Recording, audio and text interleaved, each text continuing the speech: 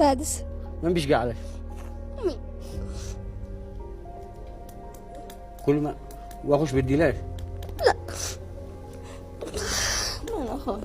ما تشي تقولي لي؟ ولا حاجة. لا عاد يشغلكمش. ماشي. لكن أكيد أنت بتحبي صح؟ أيوة بنحبه وأخونا. لكن تتمني إيش؟ يسكن معانا ويرجع بيتنا ولا نستعد منه حاجة. لا حول ولا قوة إلا بالله. طبعا هنا في هذه اللحظات بنحاول ان نقول الصورة اللي هي في الاستوديو الى الاخ يوسف. خواتك امك يا رجال الدمعة هذه كم تسوى عندك؟ والله انهم والله لو فرضنا جدلا ان البيت حقه يعني اشترى شراء ما يمكن اني افعل هكذا يعني. والله مش عارف انا ايش اقول. الموضوع جدا مؤلم، وهنا اللي استطعنا ان نفعله اننا نقلنا الصوره كما هي، وقد اكبر رساله. اذا يا اخت فوزيه امامش يوسف. امامي يوسف واني انا اشد. ذكري بايام ما كان صغير، ذكري بعض المواقف. اول حاجه اني اذكر كل جميع السلطه اللي قصرت لها عند بابهم دقدقن على باب ما عخلك باب، واني ادقدق الكبارين هلا كلهم الناس، واني يا ناس يقولوا مشكله. حتى عبد الشيخ بشر قد اتصلت له وبكيت واتلجح بانه يا خلق الله كان زوجي الشيخ عبدو بشر. ايوه كان زوجي صديقه، كانوا عمري روح للروح، كانوا عنده ولا بسرش وما اتصل ولا قلق. هو ينفع الله يصيح داخل مجلس النواب ويقل الحركات لكن ما ينصف مواطن. ولا خليك واحد اقول لك اني اناشد الله ثم اناشدهم اذا فيهم قل ويعرفوا ميه الام ولا ميه الرحمه ولا ميه الشفقه. 6 بنات خوات اني سيرين. وانتم من بلاد عبدو بشر؟ ايوه احنا من بلاده. احنا وعد مزوج منني. حسبي الله ونعم الوكيل. والله اني قلت اول ما اتصلت له اني ابكى انه يشنقذني اول واحد.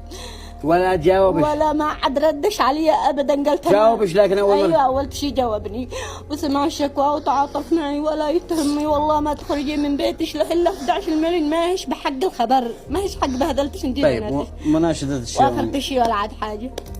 مناشدة الشيء امي ناشدتي انهم يعني يرحموا بناتي هاله ويرحمونا. من تناشدي؟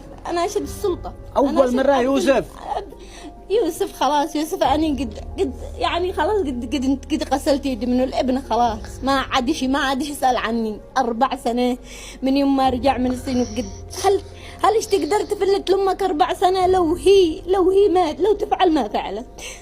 4 سنة ما يدق علينا باب او يقول يما مي حاجتش الا اذا اتصل لي يسب وكلام. لا الحين ما عاد شيء منك يا يوسف. اني ما اشتي شيء منك انها تستقر في بيتها. اشتي بيت خواته حتى اني ما اشتش منه شيء.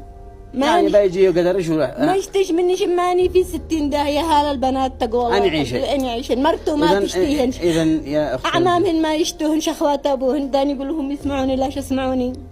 كلهم بيت القاسطي منهم مسؤولين ومنهم معهم بيوت معهم ملايين. إذا وصلت رسالتك أخي قال لي لا أجا عنده أني وبناتي خلاص قد ما نشتاق. خيرة الله خيرة الله. بس أنا أشد الدولة وعبد الملك الله يطول بعمره يعني. وهذا مكتب عبد الله الرزامي انما هم يتغاضوا عن مشكلتي هذه وانما هم يتركوها قد لهم سنه. قد مكتب عبد الله الرزامي خرج ليش ورقه؟ قد خرج لي ورقه حتى حق الورقه القديمه اللي عنده في عندهم. دحين ورقي كلهن عندهم ما طيب. بيدي ولا اي دليل. ان شاء الله يكون خير وان شاء الله ابو حسين زوقهم ايضا يشوف الموضوع. اذا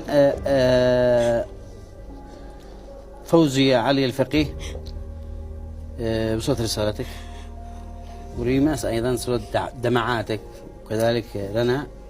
واتمنى ان يوسف اني البنات الكبر ما رضوا يجون معي. قالوا والله ما مستحيل. خيرة الله خلي البيوت باسطوره والجهات المختصه وكل من لجأت لها الاخت فوزية يتفاعل معها. وشكرا لك وشكرا ايضا للمشاهد والمستمع الكريم. واتمنى ان تصل الرساله الى من يهمه الامر والى يوسف تحت.